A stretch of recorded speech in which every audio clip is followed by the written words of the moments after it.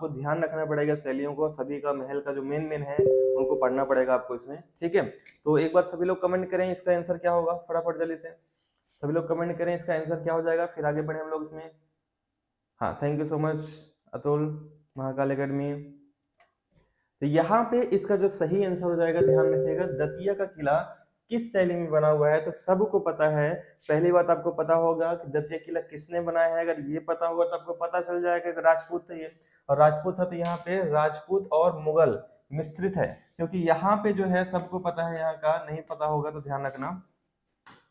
इस किले का जो निर्माण कराया था किसने कराया था, तो इस किले का जो निर्माण कराया था, ठीक है, किसने कराया था, वीर सिंह देव ने। किसने कराया था, वीर सिंह देव ने इसका निर्माण करवाया था 17वीं शताब्दी में। कब करवाया था, 17वीं शताब्दी में करवाया था, ठीक है, ये आपको पता होगा। और वीर सिंह देव जो थे क्या थे, राजपूत थे। क्या थे ये, राजपूत थे, ठीक है। और इनका संबंध किससे था, जहांगीर से था। किनसे संबंध है इनका, जहांगीर से इनका संबंध था। एक सेकंड थोड़ा सा रुक जाइएगा। तो जहांगीर से इनका संबंध था, ये भी आपको ध्यान रखना है, यानी कि जहांगीर क्या थे, मुगल थे। तो यहाँ पे जो मिश्रित शैली आई है, कौन सी शैली आई है, राजपूत और मुगल दोनों मिश्रित शैली से ये बना हुआ है, ये आपको ध्यान रखना है। इसके अलावा आपको ये भी ध्यान रखना है, एग्जाम में पूछा जा सकता है आपसे, प्रिया, पूनम, मंजू, सभी का स्वागत है क्लास में, सभी को गुड इवनिंग। ये भी पूछा जा सकता है कि इसका अन्य नाम क्या है, तो इसी का दूसरा नाम है सतखंडा महल। इसको क्या कहते हैं, सतखंडा महल कहते हैं। और इसी को क्या कहते हैं, आपका पुराना महल भी इसी को कहा जाता है, ठीक है। और इसी को कहते हैं वीर सिंह महल। इसको क्या कहते हैं, वीर सिंह महल। तो सब इसी का नाम है, आपको ध्यान रखना है इस पे। पुराना महल जो कहा जाता है, ये आपका पुराणों में और महाभारत में इसका नाम क्या मिला है, पुराना महल। तो ये भी आपको ध्यान रखना है, क्योंकि इससे क्वेश्चन पूछे गए हैं, तो हो सकता है आगे और भी पूछे जाए। मंजू, प्रवीण, स्वागत है आपका क्लास में, ठीक है। यहाँ तक आई थिंक सब लोग को क्लियर होगा। यहाँ तक किसी कोई डाउट है क्या, सबको क्लियर है यहाँ तक ना, बढ़े आगे। तो ये आपको स्क्रीनशॉट ले लेना है इसका। अब आपसे दतिया के बारे में क्वेश्चन पूछना स्टार्ट हो गया है, तो पूरी संभावना है कि और भी क्वेश्चन दतिया से पूछे जा सकते हैं। तो प्रसिद्ध तीर्थ स्थल के बारे में आपको ध्यान रखना है, सोनगिरी। सोनगिरी कहाँ पे आता है आपका, जैन तीर्थ स्थल, ये आता है आपका दतिया में आता है, ठीक है। पीताम्बरा पीठ जो आता है, पीताम्बरा पीठ भी कहाँ पे आएगा, आपका दतिया में आ जाएगा। इसके अलावा जो प्रसिद्ध है कन्नरगढ़ का दुर्ग, तो कन्नरगढ़ का दुर्ग जो है ये भी कहाँ पे आता है, आपका दतिया में आ जाएगा, ये भी आपको ध्यान रखना है। राजगढ़ पैलेस, राजगढ़ पैलेस भी कहाँ पे आता है, राजगढ़ पैलेस दतिया में है, ठीक है। इसके अलावा आपको ध्यान रखना है यहाँ पे सनकुआ का मेला।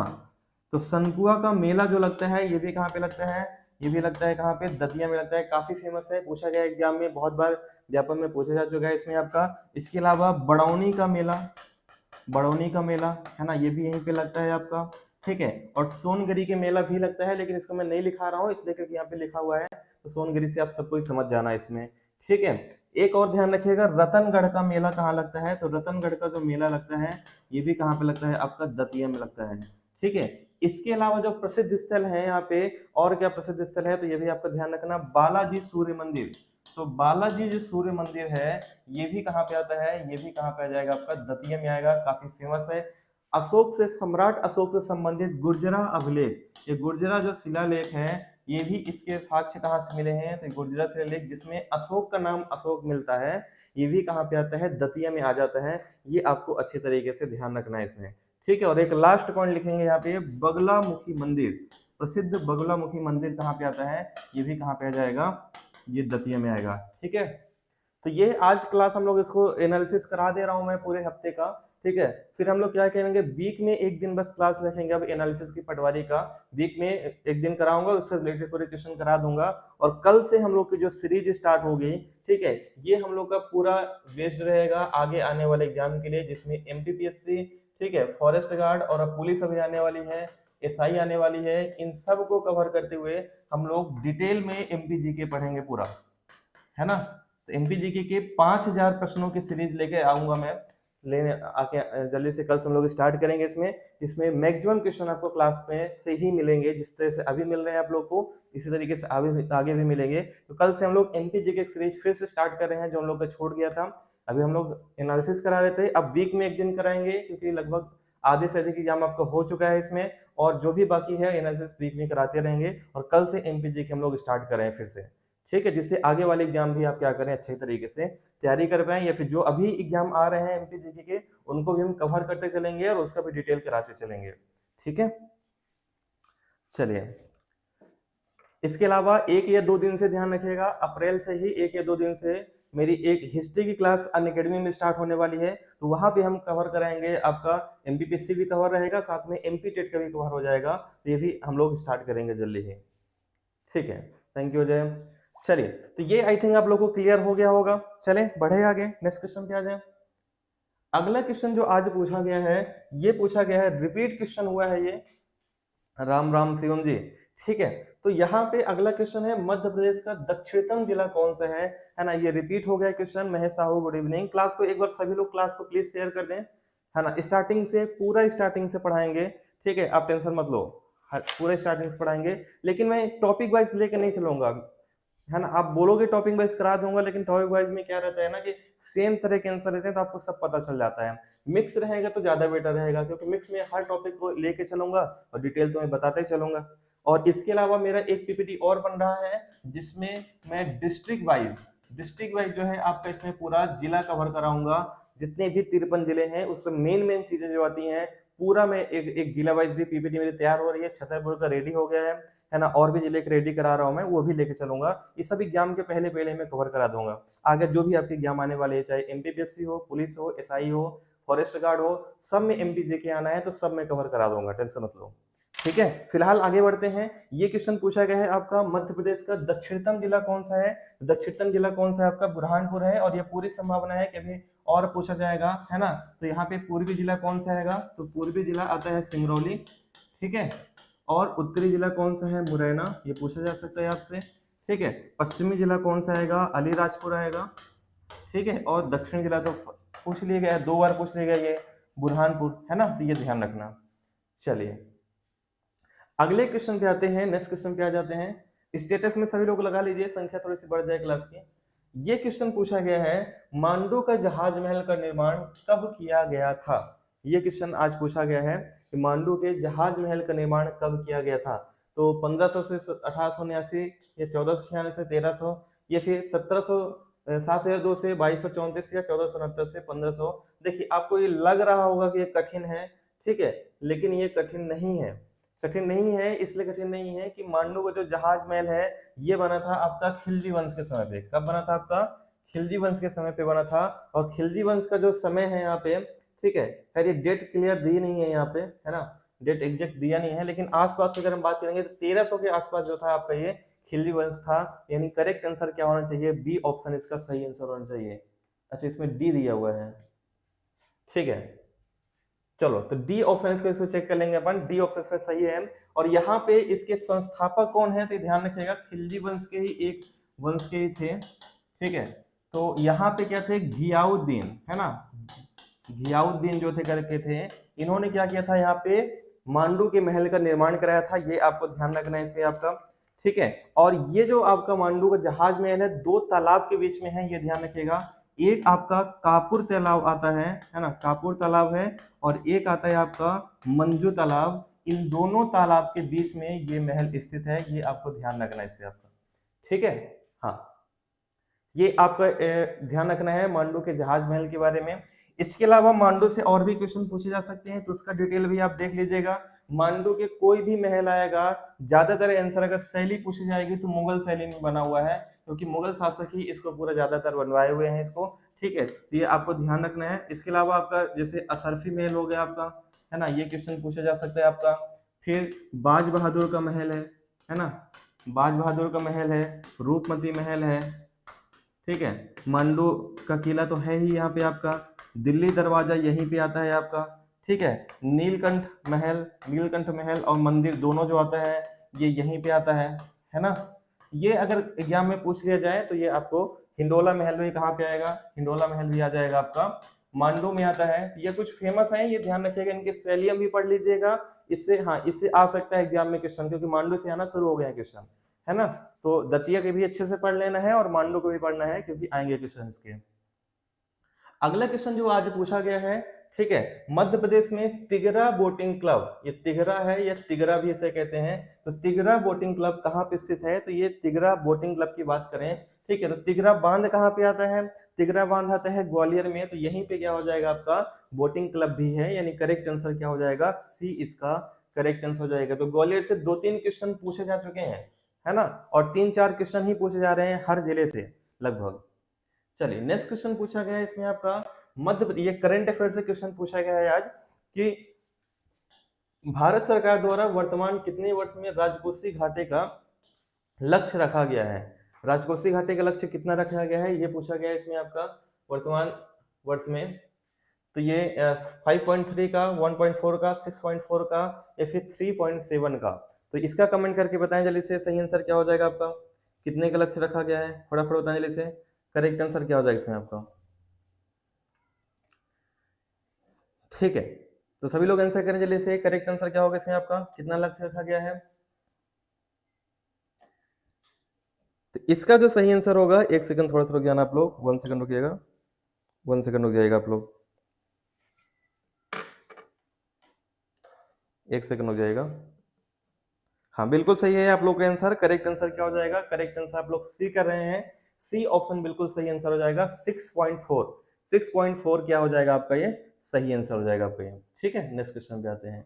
इनमें से तुलसीदास की रचना कौन सी नहीं है, ये आज के एग्जाम में आया हुआ है, जानकी मंगल, पार्वती मंगल, रामचरितमानस या सूरसागर, तो यहाँ पे कौन सी रचना जो है तुलसीदास की नहीं है, ये क्वेश्चन भी पूछा गया है आज के एग्जाम में। ठीक है, तो बताएं जल्दी से सही आंसर क्या हो जाएगा आपका, कौन सा जो है सूरदास की रचना नहीं है, तो सूरसागर जो है इनकी रचना नहीं है, है ना, ये तुलसीदास की रचना नहीं है, बाकी ये तीनों रचना जो है तुलसीदास की हैं। तो रचनाएं से एक क्वेश्चन जरूर पूछा जा रहा है, हर एक शिफ्ट में पूछा जा रहा है। ठीक है, और आज हम लोग का अच्छी किस्मत थी कि हम लोग जो ये लाइव रिव्यू कराए थे, तो लाइव रिव्यू में दोनों ही शिफ्ट में टॉपर मिले हैं एग्जाम सेंटर के, है ना, तो आप लोग उसको रिव्यू देखा करें अगर आपके पास टाइम मिलता है तो, है ना, या फिर आगे आपका एग्जाम आने वाला है तो आपके भले के लिए रहेगा वो, तो क्वेश्चन बहुत सारे बच्चे बता देते हैं उसमें।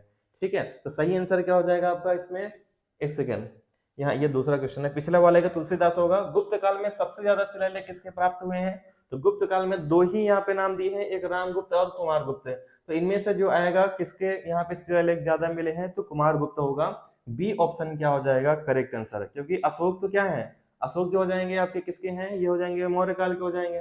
ठीक है, चंद्रगुप्त के बारे में स्पष्ट नहीं लिखा है कि चंद्रगुप्त मौर्य के बारे में बात किया जा रहा है या गुप्त वंश के बारे में बात किया, लेकिन होगा भी, तो इसमें से सबसे अधिक जो मिले हैं शिलालेख ये कुमार गुप्त के मिले हैं। ठीक है, चलिए नेक्स्ट क्वेश्चन पे आते हैं।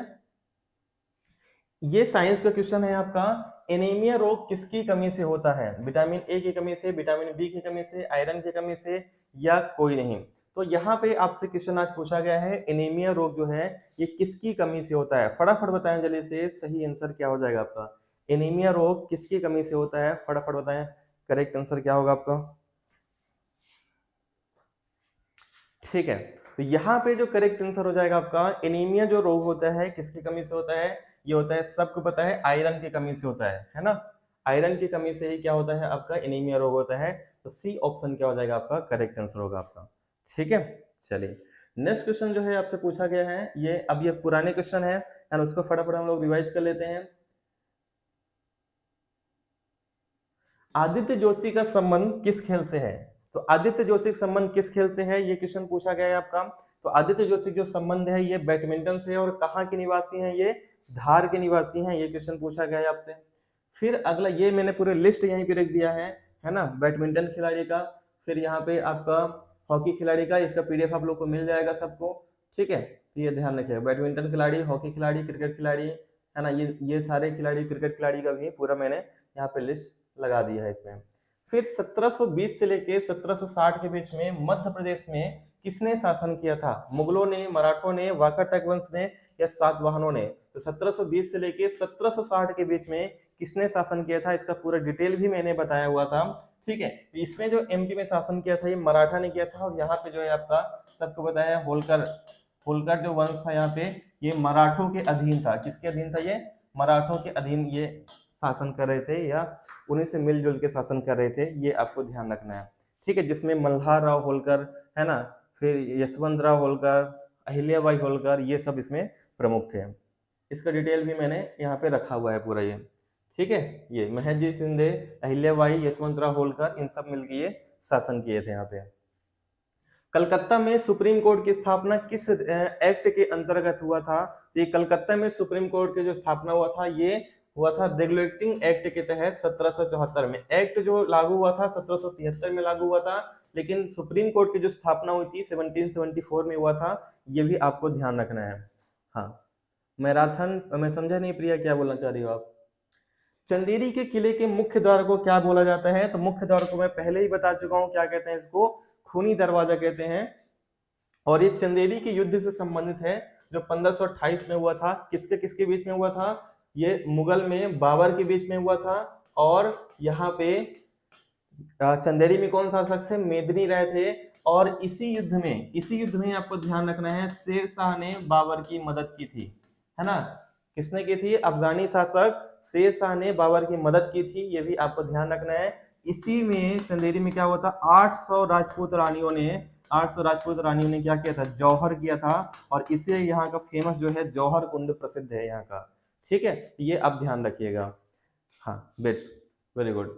फिर अगला क्वेश्चन जो पूछा गया है, भोजपुर में भोजेश्वर मंदिर में स्थित शिवलिंग की ऊंचाई कितनी है? ये जो ऊंचाई है 18 फीट की ऊंचाई है। करेक्ट आंसर क्या हो जाएगा? करेक्ट आंसर आपका सी हो जाएगा। हालांकि ये बहुत अन्याय कर रही है यहाँ पे व्यापम या फिर ईएसबी, क्योंकि अब जो क्या कर रहे हैं, जो अब जिनका एग्जाम होना है उनका बहुत टफ लेवल कर दिया गया है ना। ये मान के चलो कि सिंपल सा है, जो जीके बेस की तैयारी कर रहे हैं ये ऐसा कर दिए हैं कि जीके वाले क्वेश्चन कर ही नहीं पाएंगे, चाहे कितना ही पढ़ लो आप। केवल उनको सिलेक्शन जो देना है, मैथ अगर आपको आ रही है, अगर आपको रीजनिंग आ रही है, इंग्लिश आ रहा है, ठीक है, अगर ये 3 चीजें आपको आती हैं, ये छोड़ो, 3 भी छोड़ दो, 2 ही चीजें आपको अगर अच्छे से आ रही है तो 70-80 नंबर का तो केवल आप क्या कर रहे हैं? मैथ रीजनिंग दे रहे हैं इसमें, ठीक है। 80 में से किसी ने अगर 70 कर लिया मैथ वाले ने तो आधी जंग पहले ही जीत लिया। फिर बाकी में तुक्का भी लगाएगा तब भी उसका हो जाएगा इसमें आपका। तो केवल ये 3 विषय वालों जिनका स्ट्रॉन्ग है उनको ही सिलेक्शन दे रहा है इसमें व्यापम, है ना। बाकी जीके में क्या पूछ लेगा कोई भरोसा नहीं है, ठीक है। चलिए नेक्स्ट क्वेश्चन पे आते हैं। फिर भी अपन यहाँ पे जितना पॉसिबल हो वहां पे पूरा कवर कराने की कोशिश करते हैं। तो इसका डिटेल भी है। शिवलिंग भारत के मंदिरों में सबसे ऊंचा और विशालतम शिवलिंग है। इस मंदिर का प्रवेश द्वार भी किसी हिंदू भवन के दरवाजों में सबसे बड़ा है। तो ध्यान रखिएगा, भारत का सबसे बड़ा शिवलिंग जो है ये कौन सा आएगा? आपका भोजपुर का शिवलिंग आएगा। राम राम राजपूत जी। एमपी की सबसे ऊंची चोटी कौन सी है? तो एमपी की सबसे ऊंची चोटी जो है ये सबको पता है, धूपगढ़ है। और ये कहाँ पे आता है? पचमढ़ी में आएगा। कहाँ पे आएगा? पचमढ़ी में आएगा। ये आपको ध्यान रखना है। पचमढ़ी कहाँ पे आता है? आपका होशंगाबाद में आता है ना। महादेव पर्वत कौन सा पर्वत है आपका? महादेव पर्वत में आता है ये। चलिए,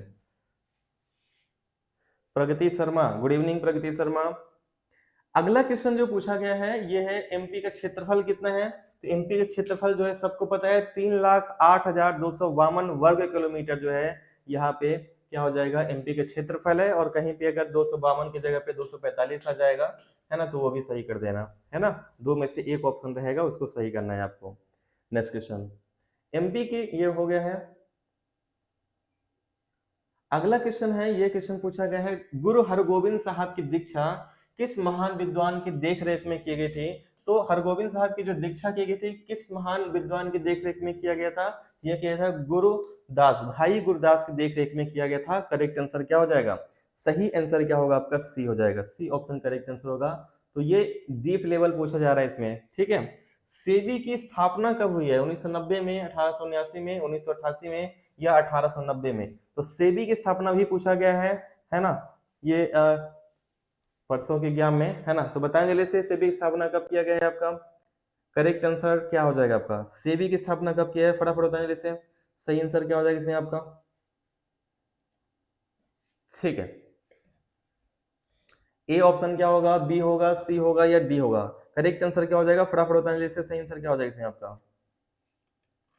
ठीक है, तो यहाँ पे करेक्ट आंसर 10th नंबर का सही आंसर बताएं जल्दी से, करेक्ट आंसर क्या हो जाएगा आपका? ये ए ऑप्शन 1988 आप लोग सही कर रहे हो। और करेक्ट आंसर क्या हो जाएगा? करेक्ट आंसर हो जाएगा इसमें आपका सी ऑप्शन 1988 क्या हो जाएगा आपका? सही आंसर हो जाएगा आपका यहाँ, ठीक है। चलिए नेक्स्ट क्वेश्चन पे आते हैं। 3 जनवरी 2023 को रणजी ट्रॉफी में पहले ओवर में हैट्रिक लेने वाले गेंदबाज कौन बन गए हैं? तो ये आपका करंट अफेयर का क्वेश्चन था। तो कौन बने इसमें? जयदेव उनादकर। ये सर्वाधिक उम्र में, हाँ बिल्कुल सही है कैलाश, सर्वाधिक उम्र में क्या किए थे ये? डेब्यू करने वाले भी खिलाड़ी बने हैं टेस्ट मैच में, और ये उन्होंने क्या किया था? डेब्यू मैच में इन्होंने हैट्रिक भी ले लिया था। तो ये दोनों बात इनके लिए ध्यान रखना है आपको, ठीक है। चलें बढ़े आगे, नेक्स्ट क्वेश्चन पे आ जाए इस पे। ठीक है, अगले क्वेश्चन पे आते हैं। अगला क्वेश्चन इसमें आपका है, चंद्रगुप्त से क्वेश्चन जो पूछा गया था, अच्छा बिल्कुल सही है जय। तो यहाँ पे अगला क्वेश्चन पूछा गया था, मौर्य साम्राज्य की स्थापना किसको हरा कर किए गए थे? घनानंद को, चंद्रगुप्त मौर्य को, उदयन को, या फिर कौटिल्य को? तो मौर्य साम्राज्य की स्थापना किसको हरा कर की गई थी, ये क्वेश्चन पूछा गया था आपसे, ठीक है। अच्छा, सभी लोग कल से रेडी हैं क्या एमपीजी की क्लास के लिए? अभी 43 लोग लाइव चल रहे हैं, सभी लोग बताएं एमपीजी की क्लास के लिए कल से रेडी हो आप लोग? फुल डिटेल में क्लास के लिए, मतलब ऑब्जेक्टिव प्लस डिटेल दोनों चीजें रहेंगी। अगर 43 लाइव हैं, उनमें से 40 लोग कमेंट कर देते हैं तो अपन कल से ये भी स्टार्ट कर देंगे। अब एमपी पटवारी के एनालिसिस बहुत करा दिया मैं, लेकिन फिर भी आगे भी कराऊंगा, लेकिन डेली नहीं कराऊंगा, वीक में एक दिन कराऊंगा, और वीक में पूरे वीक का एक साथ में क्वेश्चन करा दूंगा उसमें, ठीक है। तो मैं देखता हूँ कितने लोग रेडी हैं इसमें। हाँ, 1 2 3 4 5, ठीक है, फटाफट जल्दी से कमेंट करें कितने लोग रेडी हैं। मौर्य साम्राज्य की स्थापना किसको हरा के किया था? तो मौर्य साम्राज्य की जो स्थापना है ये घनानंद को हरा के किसने किया था? चंद्रगुप्त मौर्य ने किया था। 7 8 9, ठीक है, 10 11 12 13, हाँ फटाफट जल्दी से करें कमेंट, मैं देख लेता हूँ, जल्दी से कमेंट करें आप लोग। हाँ बिल्कुल सही है कैलाश, 19 20, ठीक है, 21 लोग अभी आंसर किए हैं, 22, चलो 23। टाइमिंग सेम रहेगा, इसी टाइम पे क्लास का, यूट्यूब का मेरा टाइमिंग एक ही रहेगा, 10 PM पे रहेगा, है ना। और 20 अप्रैल के बाद एक क्लास और बढ़ाऊंगा, अभी अनअकैडमी पे भी मेरी क्लास होगी। एमपी की हिस्ट्री भी पढ़ाऊंगा सोनालिका, हर एक टॉपिक पढ़ाऊंगा, टेंशन मत लो, कुछ भी नहीं छोड़ूंगा मैं एमपी जीके का, ठीक है। गुड। और ये आप ये मान के चलो कि जो क्वेश्चन मैं नहीं कराऊंगा यहाँ पे, ठीक है, ऑब्जेक्टिव अगर जो मैं नहीं कराया तो आप ढूंढ लेना यूट्यूब पे या किसी भी टीचर से, वो क्वेश्चन कोई दूसरा भी नहीं करा पाएगा, है ना। क्योंकि आप देख रहे हो मैं इतनी मेहनत कर रहा हूँ यहाँ पे, हर जगह हर किताब देखता हूँ, नेट में देखता हूँ, एमपी गवर्नमेंट की साइट देखता हूँ, हर जगह से देखता हूँ, फिर क्वेश्चन लेके आता हूँ इसमें, ठीक है। पिछले अगर एमपी क्लास मेरी ली होगी आपने तो देखा होगा, ठीक है। फिलहाल यहाँ पे आते हैं, मौर्य साम्राज्य की स्थापना किसको हरा के की गई थी? तो घनानंद को हरा के की गई थी। किसने किया था? चंद्रगुप्त मौर्य ने किया था, ठीक है, ठीक है। संविधान और सभा का पढ़ा देंगे, पॉलिटी का पढ़ाएंगे, आगे पढ़ाएंगे उसका। चलिए, फिर अगला है, पन्ना वन जीव अभ्यारण्य के रूप में कब घोषित किया गया है? तो ये जो घोषित किया गया था 1981 में घोषित किया गया था, ठीक है। 1994 के या 5 में लगभग प्रोजेक्ट टाइगर में भी शामिल हुआ था, है ना। अगले क्वेश्चन पे आते हैं, महेश्वर को होलकर की राजधानी किसने बनाया था? तो सबको पता है, महेश्वर को होलकर की जो राजधानी बनाया था, किसने बनाया था? यहाँ पे देवी अहिल्याबाई होलकर ने बनाया था। ए ऑप्शन क्या हो जाएगा? करेक्ट आंसर होगा। सही आंसर क्या हो जाएगा आपका? बिल्कुल सही है, ए ऑप्शन इसका करेक्ट आंसर होगा, ठीक है।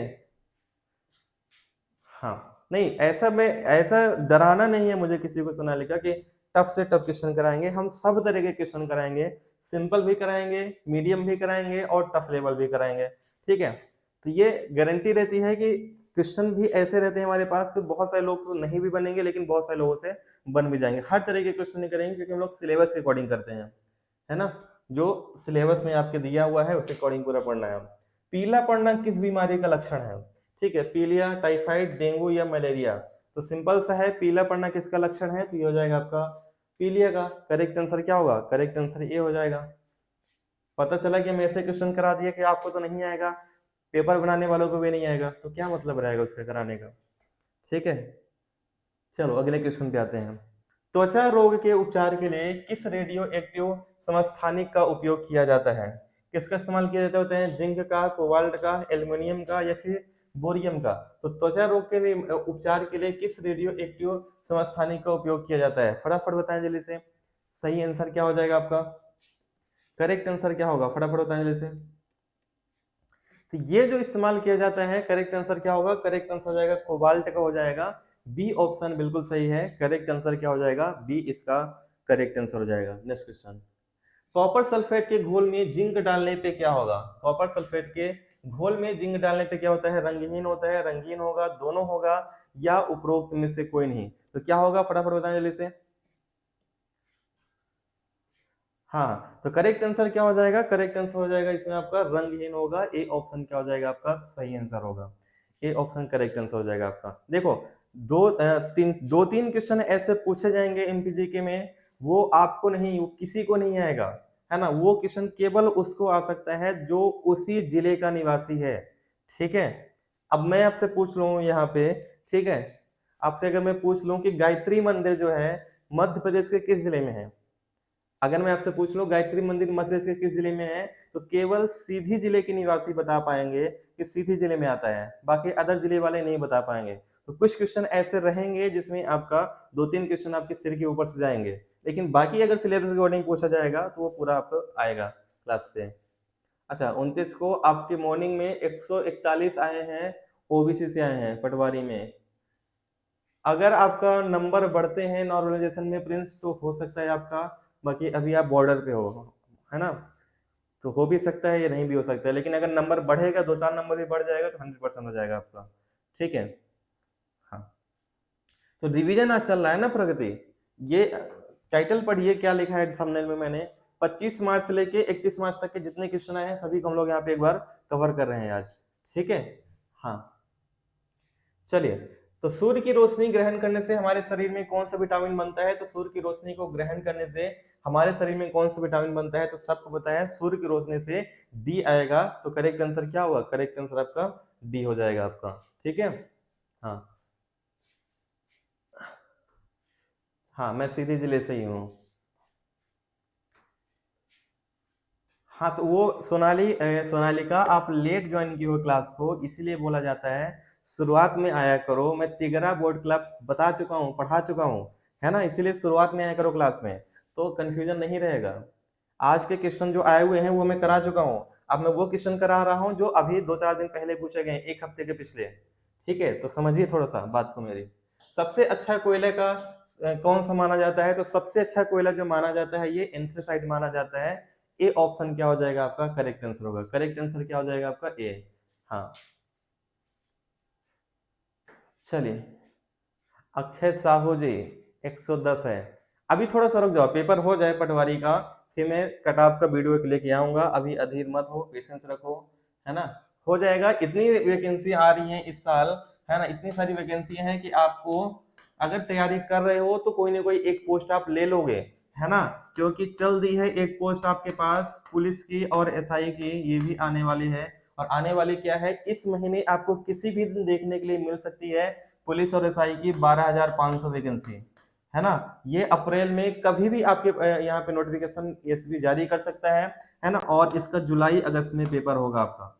ठीक है, वन फॉरेस्ट का आपका जो आपका चल रहा है 5500, ये भी आपका बढ़ने वाला है ना। तो बहुत सारी वैकेंसियां हैं, आप उसकी तैयारी करते रहिए, हो जाएगा। ठीक है, क्वेश्चन ऐसे क्वेश्चन आ रहे हैं मतलब नहीं, क्वेश्चन आए हुए हैं प्रगति, है ना। इसमें मैं अपना कोई ज्ञान नहीं डाला हुआ हूँ, यहाँ पे वही क्वेश्चन रखा हूँ जो एसबी पूछ रही है, पटवारी पूछी है ना। चलिए, हाँ। सहायक ग्रेड के लिए भी ये सब जगह पे अगर एमपीजी के पूछा जाता है, या फिर जो सब्जेक्ट मैं पढ़ा रहा हूँ सब जगह इंपॉर्टेंट है। ठीक है, ये क्वेश्चन जो पूछा गया है आपका, इसमें एक सेकंड हो जाइएगा।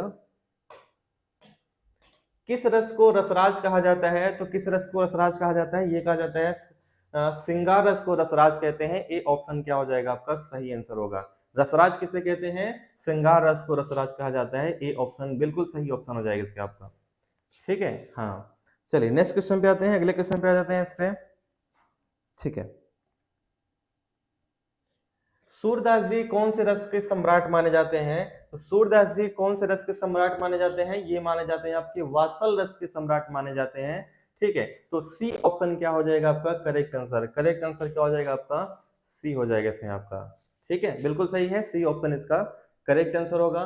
नेक्स्ट क्वेश्चन पूछा गया है, चौपाई में कितनी मात्राएं होती हैं? तो चौपाई में जो मात्राएं होती हैं, कितनी मात्राएं होती हैं? 16 मात्राएं होती हैं। ए ऑप्शन क्या हो जाएगा आपका? बिल्कुल सही है, करेक्ट आंसर क्या होगा? ए हो जाएगा आपका। गुड इवनिंग विक्की चौरसिया, हाँ बिल्कुल सही है। नेक्स्ट क्वेश्चन पे आते हैं। अगले क्वेश्चन पे आते हैं, मध्य प्रदेश की सबसे बड़ी नदी कौन सी है? तो मध्य प्रदेश की जो सबसे बड़ी नदी आती है कौन सी आती है? ताप्ती, नर्मदा, बेतवा या केन?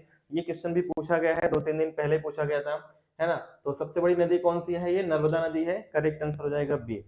हाँ बिल्कुल सही है। करेक्ट आंसर क्या होगा? करेक्ट आंसर आपका ए हो जाएगा। बस 2 क्वेश्चन और करेंगे, बाकी पीडीएफ आपको मिल जाएगा। और कल से हम लोग की धुआंधार क्लास स्टार्ट होगी। कोई भी क्लास लेट मत आना आप लोग, है ना? क्योंकि हम लोग वहां पे जो पढ़ेंगे एमपी जीके का पूरा टॉप 30 या 40 क्वेश्चन डेली करेंगे, ज्यादा नहीं करेंगे। लेकिन उस 40 क्वेश्चन के अंदर मैं इतने सारे फैक्ट आपको बता दूंगा, वो 100 क्वेश्चन के बराबर हो जाएंगे आपके। ठीक है, और पूरे इंपॉर्टेंट फैक्ट रहेंगे, इसलिए नोट डाउन करते चलिएगा उसको, जो मैं कराऊंगा आप लोग को। नोट डाउन नहीं करोगे तो फिर आपके लिए वो लॉस रहेगा, क्योंकि पीडीएफ में नहीं मिलेगा, डिटेल नहीं मिलेगा, ऑब्जेक्टिव मिल जाएगा।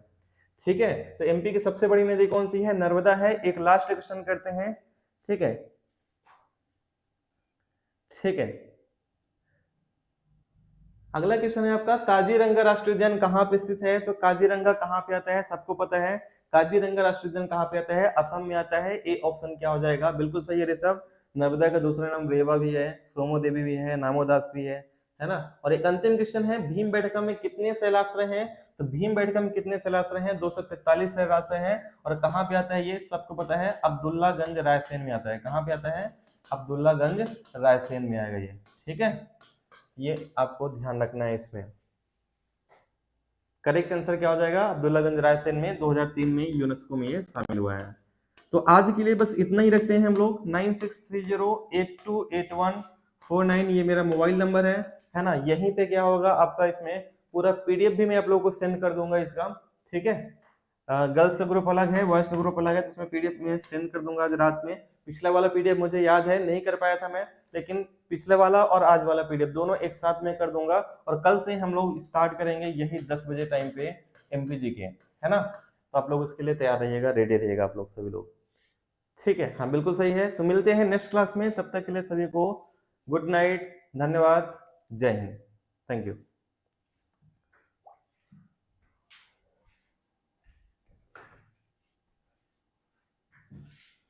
पॉलिटी भी पढ़ाएंगे प्रिया, एग्जाम के पहले करा दूंगा, टेंशन मत लो।